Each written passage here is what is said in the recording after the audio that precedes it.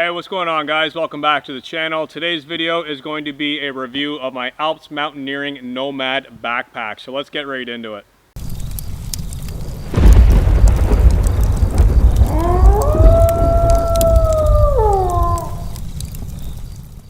Alright guys, so to get things started, I've got the Amazon.ca listing pulled up on my phone with some of the specs. I'm only going to touch on a few of them, and then we're going to roll right into a more detailed look at the backpack, because I don't like sticking around with the specs. These things change as products change, so let me just read off what they've got here for now. It is an expandable backpack from 40 liters all the way to 60 liters, as it is a roll top style bag. The lightweight fabric is a 200D ripstop nylon, and it weighs 4 pounds 13 ounces. The overall capacity is 2,441 cubic inches. That is a lot of room, and it is the Nomad 50 liter from Alps Mountaineering. That is all I'm going to cover on specs, because specs change and I don't like kind of dictating the specs on today's version. Tomorrow's version might be different.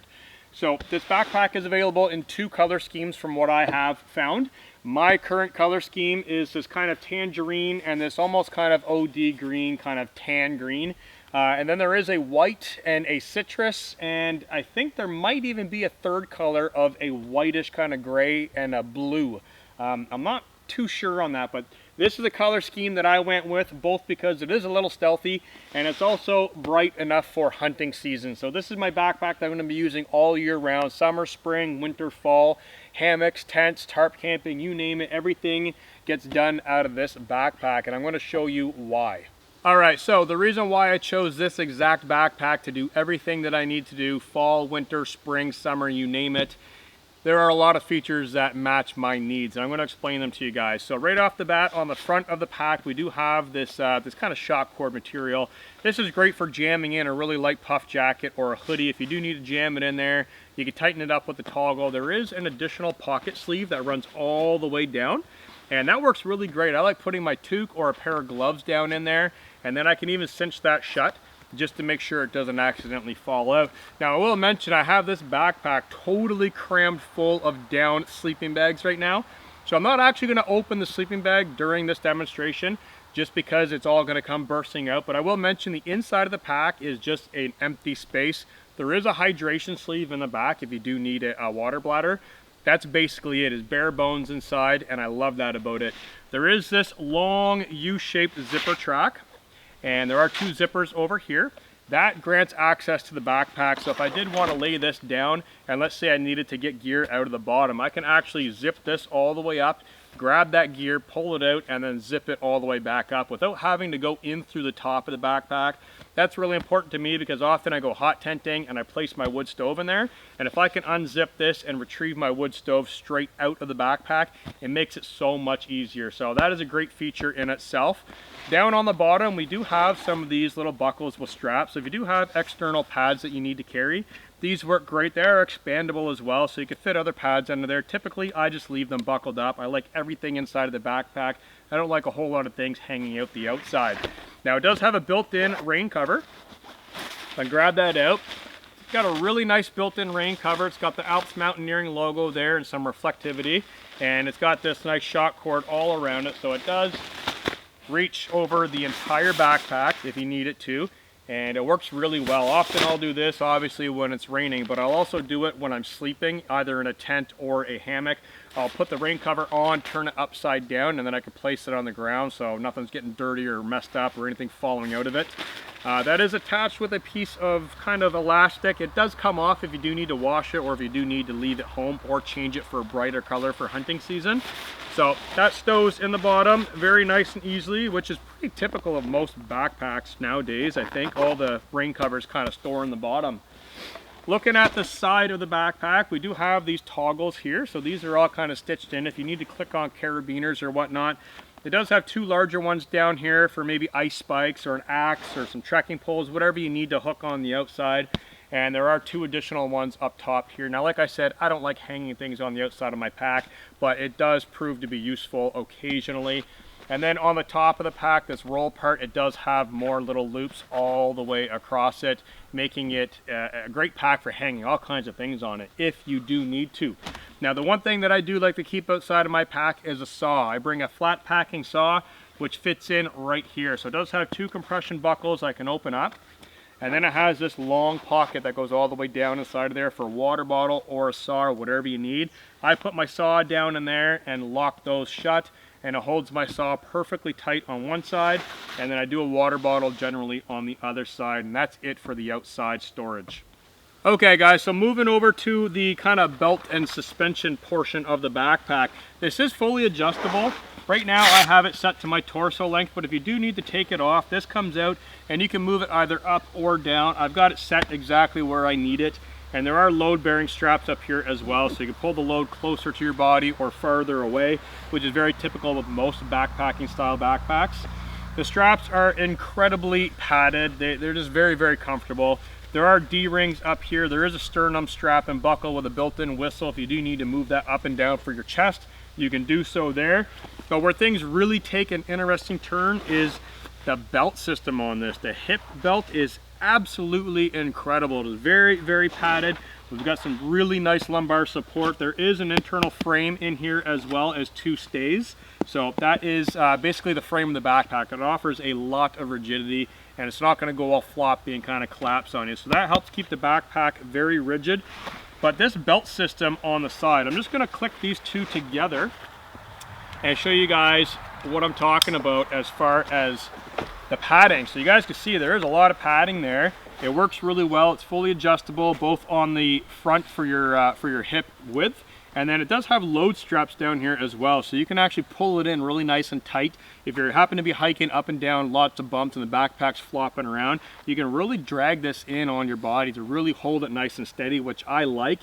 And a huge feature is these pockets on the side. So we do have 2 very large pockets. They unzip, and the reason why I like these a lot more than most backpacks, they're fully removable.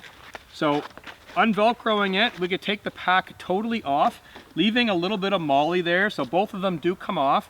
And often what I do with this is I'll put snacks or headlamp or flashlight in it, and I'll hang it up on my ridgeline to my hammock, or I'll just bring it inside of the tent with me, and that's all my little kind of gear items that I need in the tent. Or if I don't need them on a specific hiking trip, I could just leave them off and have this wide open to maybe put a flashlight or whatever I need to click on to the molly, and just go without. So that is a great feature with these packs being removable, and you can use them on other backpacks as well that are molly compatible too. So that's a great feature that they've added. 2 hip pockets, making that very, very nice. Now the draw section on the front is really interesting. I'm just going to throw this on really quickly to show you guys the suspension system here on the waist and up on the shoulders as well. But if I loosen this off, right now I got it tightened down quite a bit. It's a dual strap system, so instead of just coming from 1 point, it's actually coming from 2 points. So it's effectively a Y almost. So this is kind of the hip belt, and then the buckle is up here. It forms a Y, which actually grabs a lot more of that waistband. Instead of pulling in on 1 point and creating a pinch point, it grabs the whole area, that whole 3.5 to 4 inch area, grabs it equally and really pulls it into the body. And you can adjust it by pulling it forwards and getting it really cinched in there nice and tight. Now I've got 1 pocket on, I've got 1 off, and then I can put the sternum strap on, and this is really tight as well. I've got this thing torqued down because I just had it in storage. But that is the sternum strap. Give you guys a side look, a front look.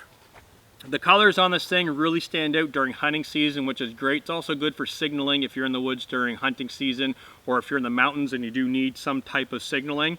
This color does help a little bit, while still remaining a little bit stealthy at the same time. It's not a bright orange backpack. It's just the accent and the straps that are colored. But hopefully that gives you guys a look at the fit and finish of the backpack. It does fit really well, and it doesn't bounce around. It's not moving around on me. I can reach up here to these load straps and really cinch it in nice and tight. I can reach down here on the waist strap and cinch that in even more tight, and it fits the body really, really well. Alright, so after having a look at some of the features and the fit and finish on my body, just the way it rides, it fits really, really well. I love the size of this backpack, but let's make it a little bit bigger. So we do have some side buckles here, 1 on either side, and then we do have 2 on the top. So you guys can see 1 there, 1 there. All 4 of those need to be opened up in order to unroll the backpack. So let's undo the tops just like that. And then we'll undo each side. Now keep in mind, this is full of sleeping bags, so I'm not gonna take anything out, but I will unroll it to show you guys a little bit more of the size. So there we're kind of down at the 40 liter mark. If we unroll it, you guys can see it is a nice roll top backpack, but if I reach in, grab one of these sleeping bags and really get it lofted up, and then we'll kind of reseal it and we'll lock it in at about the 60 liter mark. And that's the reason why I got down in here, is because it makes this demonstration very easy. So right there is about the 60 liter mark. I can loosen off that buckle, click it in. I can loosen off this buckle and click it in, and this is extremely helpful if you happen to pack up much like I do. I take my hammock and my underquilt or my sleeping bag the next morning and I just cram it in there in a big ball. I don't bother folding it neatly and putting it inside the stuff sack. And this backpack fits my needs because I can just cram everything in there at a smaller size and just kind of compress it down, you know. So you don't have to bring a 40 liter backpack and have everything fit inside of a 40 liter. You could bring a 40 liter packed from home and expand it to a 60 on the trail and pack up a little bit quicker. So there we have it at the 60 liter mark. It does sit significantly higher. Obviously we've gained a little bit more room, but it's really not that bad of a size. 60 liter, 240, it makes a really good range going from that size. It locks in at 60, anywhere in between 40, so your imagination is kind of where the limit is realistically, but it works really, really well. And I gotta say, for a roll top style bag, a lot of them on the market are geared around the ultralight side of things, and they're really flimsy and they fall apart and they just don't feel right. I feel that Alps Mountaineering did an excellent job at kind of combining a hunting pack, a tactical pack, something that's really durable, and mixing it in with a roll top style backpack that's going to be very, very reliable on the trail, very durable, and it just looks great with this color scheme as well. So hopefully that information that I've given you with the backpack is useful. There is a story with how I was able to purchase this backpack, and the reason I'm mentioning it is to date right now, where are we at, in October the 10th, 2021, this backpack is out of stock on Amazon.ca. It was very, very long time for me to actually get this. It seems that every time they come in stock, there was only a handful of them, 2 or 3, and I grabbed one and it was out of stock again. So if you guys are looking for this particular backpack, I'm not sure of what color is going to be available, but like I said, there are a couple different color schemes to go with this. This is the exact color scheme that I wanted. It seems to fit my needs a lot. And I really like it. So this is the Alps Mountaineering Nomad. It is rated for, or they're calling it the Nomad RT50. And again, 40 to 60 liter roll top backpack. If you guys have any more questions that I did not cover on this, feel free to drop it down in the comment section, and I will catch you guys in the next video. Peace out, guys, and I'll see you in the next one.